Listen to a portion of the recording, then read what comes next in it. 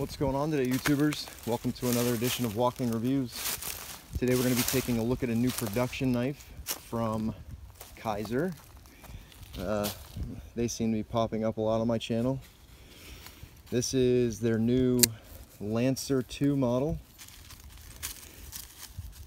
It is a collaboration piece with this company here, LV Knives, which is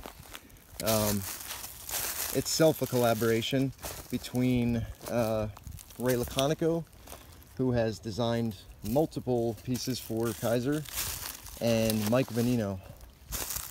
So Laconico, Venino, LV, there you go. This is probably one of my favorite of the new Kizer offerings this year. There's been so many. They've collaborated with just a ton of makers and done multiple models with a lot of makers. And this one is definitely probably my top three for these Kizer produced knives this year. So let's go ahead and jump into the specs real quick. There we go. Blade length 3.3 inches, CPM S35DN. You can see it's kind of a harpoon clip point blade shape with a fairly high hollow grind.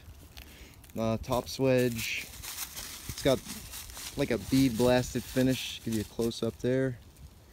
There's obviously the Kizer logo, steel designation, model number, name of the knife.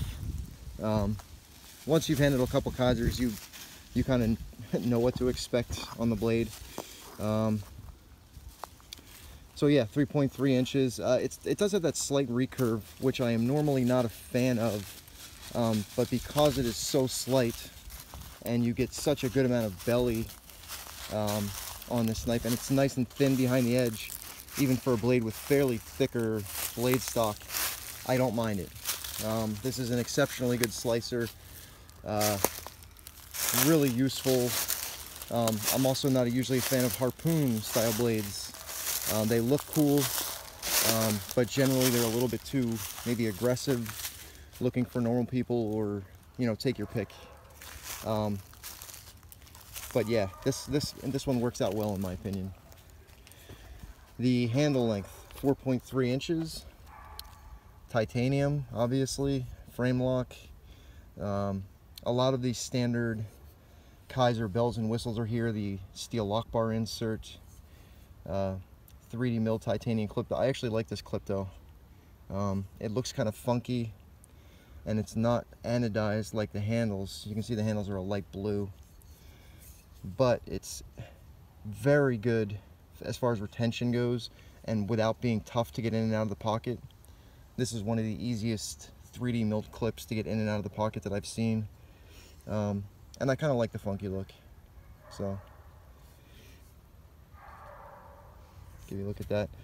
Open construction, 2 standoffs, and then I'm not 100% sure what the deal is with that little spacer there. It's not held in by anything. When I did take this knife apart, that just kind of fell out. So it's almost like it looks like what a blade stop would be if it were up here. This one has an internal blade stop that you can see there, kind of. But just, yeah, I'm not 100% sure why it's there. Maybe added sturdiness, who the fuck knows. The lock bar cutout is fairly small, but lock release is very easy. Give you a look at the action there. I've only been carrying and using this for a few days, which normally I like to give a knife at least a week or two, so I can kind of let my opinion settle in. I don't review a knife during the honeymoon period, blah blah blah. But this one I was fairly confident of my opinion. I've handled enough Kizers at this point to kind of know what I'm getting into, and even though it's still breaking in a little bit, the flipping action is nuts. It's bonkers. Really good action. Nice strong detent, but as you can see, the blade just falls shut. The centering is a little bit off right now because I've been using it today and the pivot is a little bit loose. I just took the knife apart last night and I forgot to re-Loctite the pivot. So when I had the knife apart, this does run on ceramic bearings in kind of like a plastic race, I guess it is. It does have a ceramic detent ball as well. Not that you're going to be able to see it. You can see its shadow. Yeah. I think I mentioned the over travel stop. That's part of the steel lock bar insert. So yeah, just really exceptionally good action. One of the areas this knife shines in the most is ergonomically.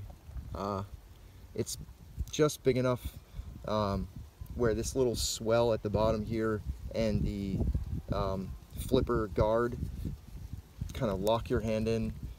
So now I have, I would say, average hands. They're on, I guess I wear large size gloves, but this knife is just so exceptionally comfortable to hold and use. And you can see the way the handle kind of drops here towards the back. It's just perfect for normal grip, and obviously pinch grip as well. So yeah, just a really fun knife, good offering from Kizer. You can see they did some extra work here. The holes in the handle, I guess that's to lighten the knife. We are at 4 ounces. So yeah, really nice flipper design from Laconico and Veneno. I have never seen an LV knife outside of this one before, so I don't know what their other offerings are like. Maybe they have a custom Lancer, who knows, but I'm going to be on the lookout now since trying this knife. I really like the design. Kizer knocked it out of the park with the execution. So, oh, value. This is another reason it's in my top 3. 180. So normally their flagship knives recently have been in the 2 to 250 to 300 range for their collaboration pieces. 180 for this one. So absolutely a steal in my opinion for the materials and the design and the execution you're getting. If you don't mind a knife a little on the larger size, I mean, it's still under 3.5 inches the blade, so I think perfectly acceptable for EDC, but as long as you don't mind a little bit larger than like the 3-inch blade area, then I would say snatch this up. I got this one from Knife Center. I saw them on Blade HQ. They should be available pretty widely. So, all right, guys, I think that's going to wrap this up. Yeah, I have such a backlog of knives, and the reason I went with this one is because I figured it's new.